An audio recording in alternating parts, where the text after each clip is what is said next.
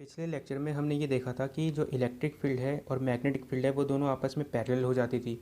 और फिर वेलोसिटी के अलग अलग केसेस हमने देखे थे कि उसमें भी पहला केस लिया था जिसमें वेलोसिटी रेस्ट पे था। जो चार्ज पार्टिकल है वो रेस्ट पे था तो इनिशियल वेलोसिटी ज़ीरो थी। तो जो चार्ज पार्टिकल का मोशन आता था स्ट्रेट लाइन आता था।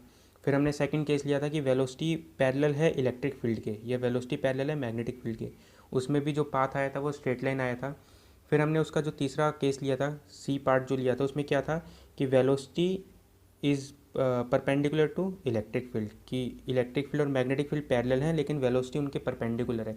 तो पाथ आया था helical path with increasing pitch. तो हम अब इसका सेकंड केस ले रहे हैं कि अब इलेक्ट्रिक फील्ड और मैग्नेटिक फील्ड पैरेलल नहीं है, ये परपेंडिकुलर डायरेक्शन में है। कि ठीक है कि हमारे पास कि जैसे एक ही छोटा सा रीजन है जहाँ पर मैग्नेटिक फील्ड दी गई है ऐसे बी, ये मैग्नेटिक फील्ड बी ऐसे है into the plane of paper. और जो इलेक्ट्रिक फील्ड है कि लेट से जो इलेक्ट्रिक फील्ड लग रही है वो इस वाले डायरेक्शन में लग रही है, नीचे नेगेटिव वाई डायरेक्शन में इलेक्ट्रिक फील्ड लग रही है ऐसे। कि इस केस में इलेक्ट्रिक फील्ड ऐसे है और मैग्नेटिक फील्ड ऐसे into the plane of paper है। तो इलेक्ट्रिक फील्ड और मैग्नेटिक फील्ड आपस में कैसे है, परपेंडिकुलर है। तो ये वाला केस हम पढ़ने जा रहे हैं इसमें। ठीक है, इसको अगर हम एक्स वाई जेड में दिखाएं तो ये वाला डायरेक्शन एक्स मान लो, ये हो गया एक्स, ये हो गया वाई। तो जो शीट है ये एक्स वाई प्लेन में है और ये वाला जो डायरेक्शन हो जाएगा out of the plane of paper ये हो जाएगा हमारा जेड डायरेक्शन। तो मैग्नेटिक फील्ड है माइनस जेड डायरेक्शन में और इलेक्ट्रिक फील्ड है माइनस वाई डायरेक्शन में। तो इसमें हम चार्ज पार्टिकल की बात करते हैं तो देखो इसमें भी अलग अलग केसेस बन सकते हैं। तो इसमें जो स्पेशल केस हम पढ़ने जा रहे हैं वो क्या है कि जो चार्ज पार्टिकल है कि लेट से यहाँ पे ये चार्ज पार्टिकल है, ठीक है, जिसका चार्ज क्यू मान लो और इसका मास एम मान लो। कि ये जो चार्ज पार्टिकल है वो ऐसे चल रहा है, ठीक है, ये वी नोट स्पीड से लेट से ऐसे चल रहा है। तो ये देखो कि मैग्नेटिक फील्ड इलेक्ट्रिक फील्ड ये तो पहले से परपेंडिकुलर थे और जो वेलोसिटी है वो बी के भी परपेंडिकुलर है और ई के भी परपेंडिकुलर है। तो हम जो ये वाला केस पढ़ने जा रहे हैं वो क्या है, case when E is perpendicular to B and velocity V is perpendicular to E and also V is perpendicular to B. मतलब तीन चीज़ें हैं, तीन वेक्टर है, velocity magnetic field electric field, ये तीनों ही आपस में क्या है 90 डिग्री एंगल पे, तो म्यूचुअली परपेंडिकुलर है। तो हम ये बोल सकते हैं ये वाला जो केस है वो ये है कि velocity electric field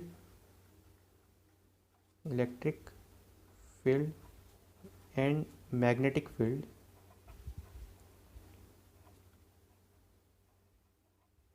are mutually perpendicular to each other, mutually perpendicular.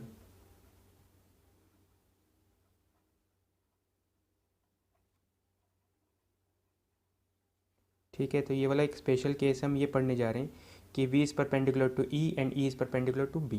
तो इसमें देखो इसमें होगा क्या कि कौन कौन से फोर्सेस लगेंगे। सबसे पहली बात, ये चार्ज पार्टिकल है इलेक्ट्रिक फील्ड में है तो इलेक्ट्रिक फोर्स तो लगाएगा।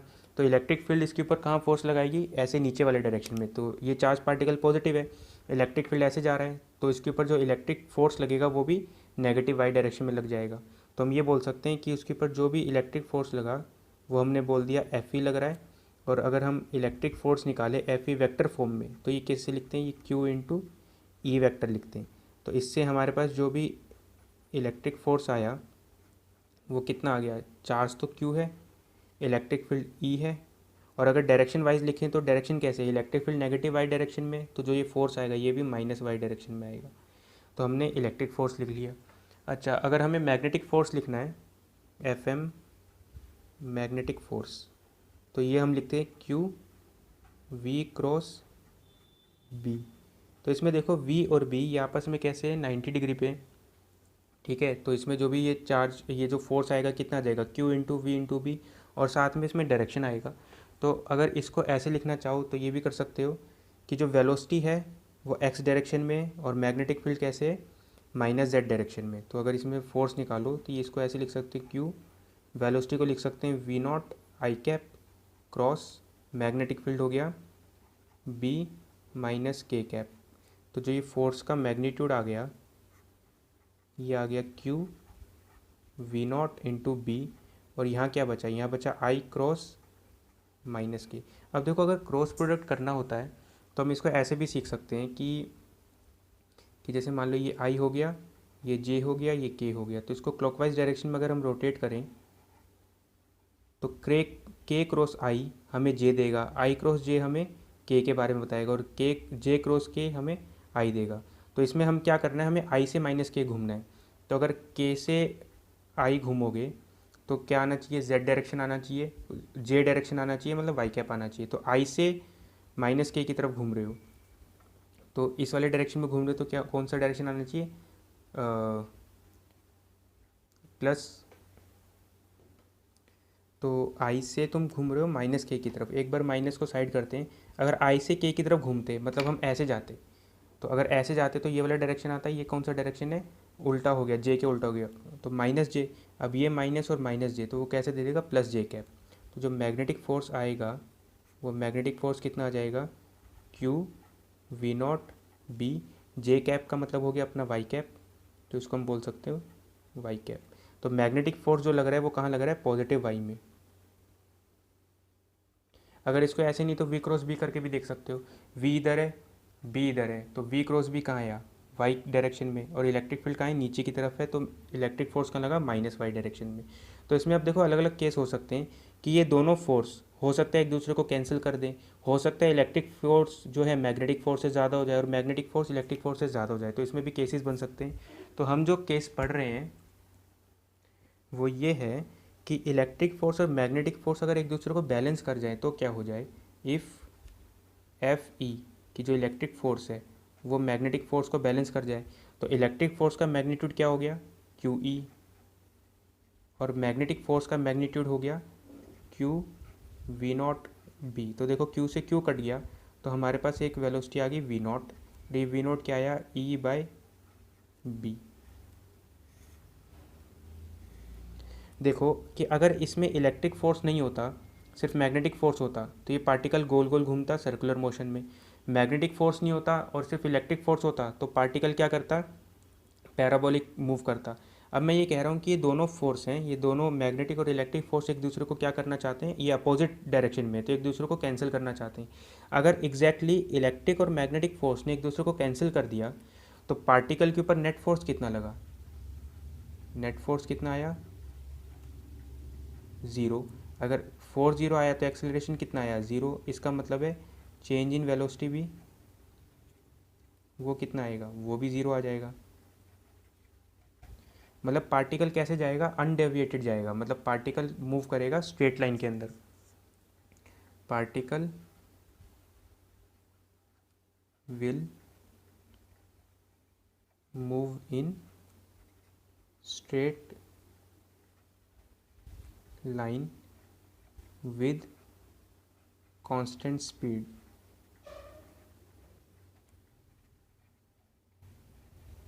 ठीक है, तो ये हमारे लिए क्या हो गया, एक स्पेशल वेलोसिटी हो गई, कि मतलब ये देखो कि अगर मैं वेलोसिटी को ऐसे सेट कर दूं कि ये ई बाई बी वही वाली वेलोसिटी आ जाए। ये ऐसा मान लो कि इलेक्ट्रिक और मैग्नेटिक फील्ड को ऐसे सेट कर दो कि इन दोनों का रेशियो चार्ज पार्टिकल के वेलोसिटी या स्पीड के बराबर आ जाए, तो ये पार्टिकल कैसा जाएगा, ये पार्टिकल एकदम सीधा सीधा चले जाएगा, अनडेविएटेड चले जाएगा।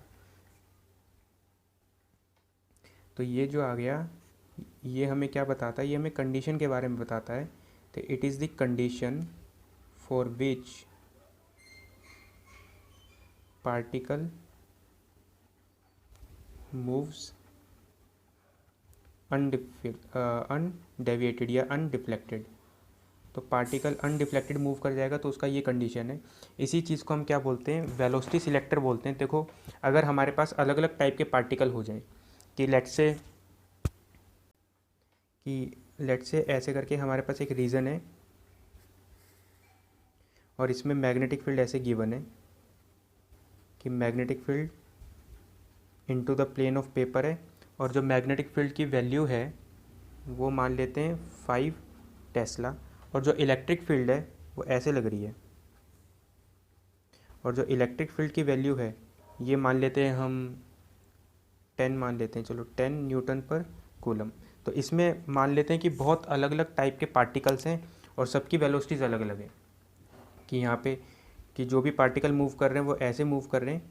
ठीक है, तो एक पार्टिकल है जिसकी वेलोसिटी मान लेते हैं 1 मीटर पर सेकंड है, एक दूसरा पार्टिकल है जिसकी वेलोसिटी 2 मीटर पर सेकेंड है, और एक तीसरा पार्टिकल है जिसकी वेलोसिटी 4 मीटर पर सेकेंड मान लेते हैं। ठीक, तो हमें क्या करना है, इन सभी पार्टिकल्स को अलग अलग करना है, लेकिन सभी पार्टिकल एक साथ चल रहे हैं अभी 1 मीटर पर सेकेंड से, 2 मीटर पर सेकेंड से और 4 मीटर पर सेकेंड से। तो हम क्या करेंगे कि हमने इन सभी पार्टिकल्स को मैग्नेटिक और इलेक्ट्रिक फील्ड में रख दिया, ये क्रॉस फील्ड के अंदर हमने इसको रख दिया। तो इसमें इसके हिसाब से अगर सेट करें कि कौन सा पार्टिकल अनडेविएटेड निकल जाएगा, तो particle V0 will be E/B। तो E का मतलब आ गया 10 और B हो गया 5।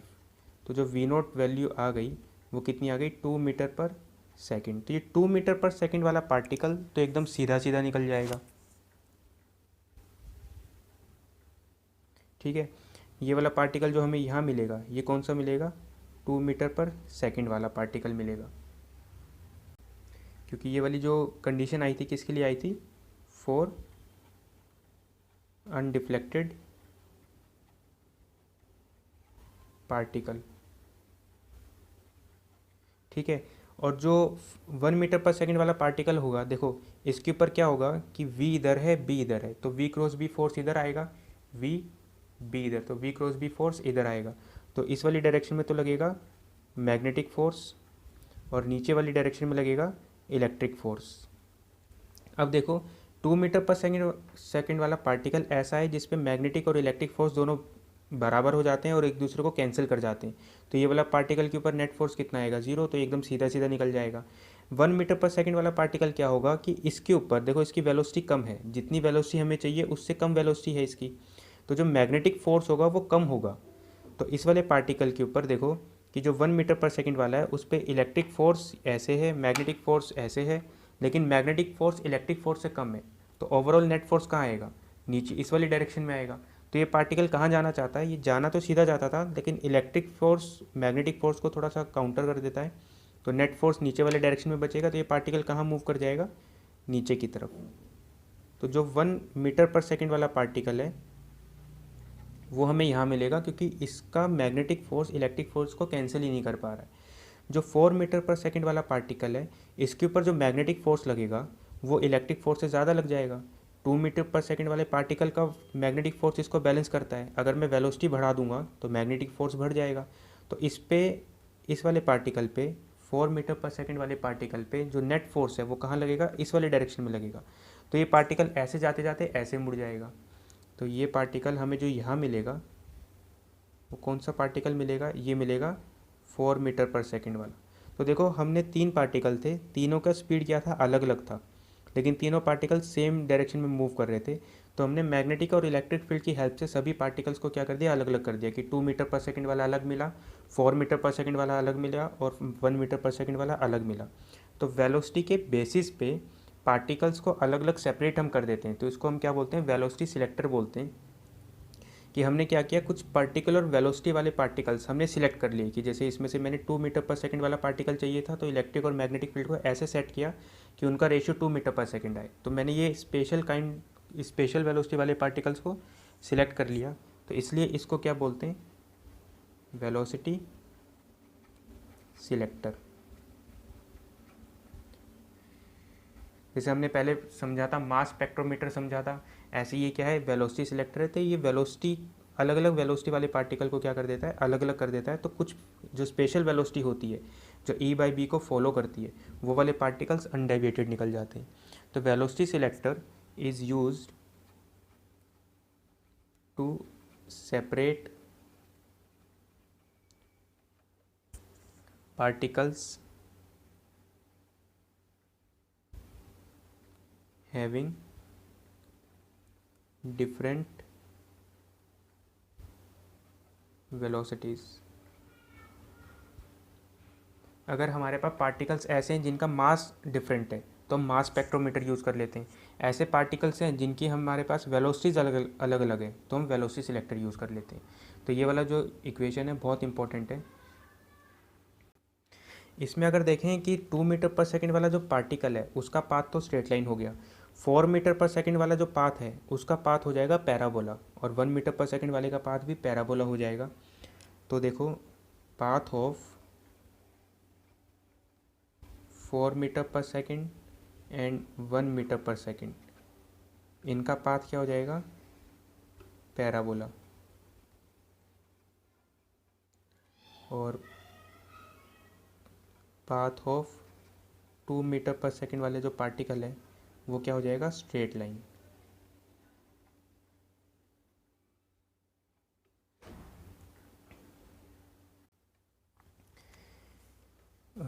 इसमें क्वेश्चन है, a proton beam passes undeviated in perpendicular electric field 120 kilowatt per metre, magnetic field 50 millitesla. The beam strikes the ground target, find the force imparted by the beam on the target if beam current is 0.8 milliampere. मतलब हो क्या रहा है कि एक target है, कि let's say कि जैसे एक ये टारगेट हो गया, तो इस पे क्या है कि जो भी प्रोटॉन बीम है वो इधर से इलेक्ट्रिक और मैग्नेटिक फील्ड से पास करती है, और उसका कुछ भी एक वेलोसिटी होगा, कि ये जो बीम है इसकी वेलोसिटी v मान लेते हैं। ये जो बीम है इसमें बीम करंट कितना है, 0.8 मिली एम्पियर है। ये जब आती है इससे टकराती है, तो टकराने के बाद खुद रेस्ट पे आ जाएगी। तो ठीक है, इनिशियल टकराने से पहले इसकी वेलोसिटी है, तो मतलब मोमेंटम है। टकराने के बाद इसकी वेलोसिटी कितनी हो गई, ज़ीरो हो गई। तो इसमें क्या किया कि जब ये पार्टिकल या बीम इस टारगेट से आके टकराई, तो इस बीम का मोमेंटम चेंज हुआ, वही मोमेंटम इसने इधर ट्रांसफ़र कर दिया। तो मतलब इस ये जब मोमेंटम इसके ऊपर ट्रांसफ़र होगा, वो चेंज इन मोमेंटम इसके ऊपर क्या लगाएगा, फोर्स लगाएगा। मतलब बीम क्या करती है, अपना मोमेंटम, कुछ इसका फाइनाइट मोमेंटम होता है, ये अपना मोमेंटम चेंज करके ज़ीरो कर देती है। वही मोमेंटम इस टारगेट के ऊपर ट्रांसफ़र होता है, उसके वजह से इस टारगेट के ऊपर क्या लगता है, फोर्स लगता है। तो हमें वो फोर्स फाइंड आउट करना है कि फोर्स कितना लग रहा है। तो सबसे पहले तो ये पता लगाते हैं कि जो ये बीम है ये कितनी वेलोसिटी से चल रही होगी। तो ये कहता है कि अनडेविएटेड चलता है परपेंडिकुलर इलेक्ट्रिक और मैग्नेटिक फील्ड में। तो जो बीम है इसकी वेलोसिटी तो होनी चाहिए V will be E by B. तो ई की वैल्यू पता है, बी की वैल्यू पता है, तो हमें ये वेलोसिटी फाइंड आउट हो जाएगा। फिर हम इसके अंदर जो भी है, ये जो बीम करंट है, ये करंट कितना है, आई है। तो देखो, अगर हम बात करें एक पार्टिकल की, ये जो बीम है इसमें प्रोटॉन मूव कर रहे हैं, तो एक पार्टिकल का जो मोमेंटम है वो हम लिख सकते हैं मोमेंटम ऑफ वन प्रोटॉन। ये कितना लिख सकते हैं, m into V, where m is the mass of proton. ठीक है, और चेंज इन मोमेंटम कितना लिख सकते हैं, जो फाइनल मोमेंटम है, फाइनल मोमेंटम वो कितना हो गया, ज़ीरो। तो चेंज इन अगर मोमेंटम लिखें, चेंज इन मोमेंटम वो कितना हो गया कि शुरू में इतना था, फाइनल इतना था, तो ये कितना हो गया, एम वी माइनस ज़ीरो, मतलब m इंटू वी। अब ये तो एक प्रोटॉन की बात हो गई। अब हमें ये नहीं पता कि इसमें कितने प्रोटॉन हैं, तो हम इसमें क्या करते हैं, 1 सेकंड के लिए इसको फाइंड आउट कर लेते हैं, इन 1 सेकंड। ठीक है, तो इसमें कितने प्रोटॉन होंगे, तो हम लिख सकते हैं कि number of proton, number of protons N will be, जो भी टोटल चार्ज मूव कर रहा होगा, टोटल चार्ज बाय टाइम। तो टोटल चार्ज बाय टाइम हम लिख सकते हैं, तो इसमें जो नंबर ऑफ़ प्रोटॉन्स हम लिख सकते हैं कि चार्ज बाय टाइम से तो करंट आ जाएगा, तो हम लिख सकते हैं इसको कि टोटल चार्ज तो इसमें क्यू मूव कर रहा होगा, और एक प्रोटॉन का जो चार्ज होता है वो ई होता है, और चार्ज को क्या लिख सकते हैं, करंट इनटू टाइम टी। तो ये कितना हो गया, ई। अगर मैं बात करूँ 1 सेकंड की, तो नंबर ऑफ़ प्रोटॉन्स कितने हो जाएंगे, एन विल बी, करंट हो गया आई, टाइम हो गया 1, और चार्ज हो गया ई। तो ये आ गया आई बाय ई। तो हमें टोटल नंबर ऑफ़ प्रोटॉन्स पता चल गए। तो total change in momentum, total change in momentum in 1 second. तो टोटल चेंज इन मोमेंटम कितना आ जाएगा, ये आ जाएगा n इंटू एम वी। तो ये मोमेंटम का चेंज हुआ 1 सेकंड में, तो ये फोर्स कितना अप्लाई करेगा, force F will be delta P by delta T. तो चेंज इन टाइम तो हो गया 1 सेकंड, डेल्टा पी हो गया चेंज इन मोमेंटम। तो ये कितना आ गया, ये आ गया एन एम वी। तो हम फोर्स को लिख सकते हैं, एन कितना हो गया, आई बाई ई, तो आई बाई ई एम वी। और इसमें जो v हो गया वो E/b हो गया, तो इसको लिख सकते हो ImE/E/b। तो ओवरऑल हमने क्या लिखा, हमने ये निकाला कि 1 सेकंड में कितने प्रोटॉन्स मूव कर रहे हैं। तो number of protons will be total charge by charge of one proton. Charge कितना मूव कर गया, करंट इनटू टाइम, और 1 सेकंड में बात कर रहे हैं तो ये कितना हो गया, 1 सेकंड हो गया। तो नंबर ऑफ प्रोटॉन्स हमने लिख लिए I/E। एक प्रोटॉन का मोमेंटम चेंज हो गया mv, तो टोटल मोमेंटम चेंज हो गया n into mv। Momentum change per unit time, ये फोर्स देता है, तो टाइम हमने लिखा 1 second, change in momentum nmv। अब n को हमने लिखा I/E और v को हमने लिखा E/b। तो जो फोर्स आ गया वो ये आ गया। अब सारा डेटा हमें पता है, तो फोर्स विल बी I हो गया 0.8 इंटू 10⁻³ मास हो जाएगा 1.67 इंटू 10⁻27 इंटू इलेक्ट्रिक फील्ड हो गया 120 इंटू 10⁻³ डिवाइड बाय जो टोटल ये आ गया E और B, ये हो जाएगा 1.6 इंटू 10⁻⁻19 और B हो जाएगा 50 इंटू 10⁻³ तो जो नेट फोर्स आया वो आ जाएगा 2 इंटू 10⁻⁵ न्यूटन।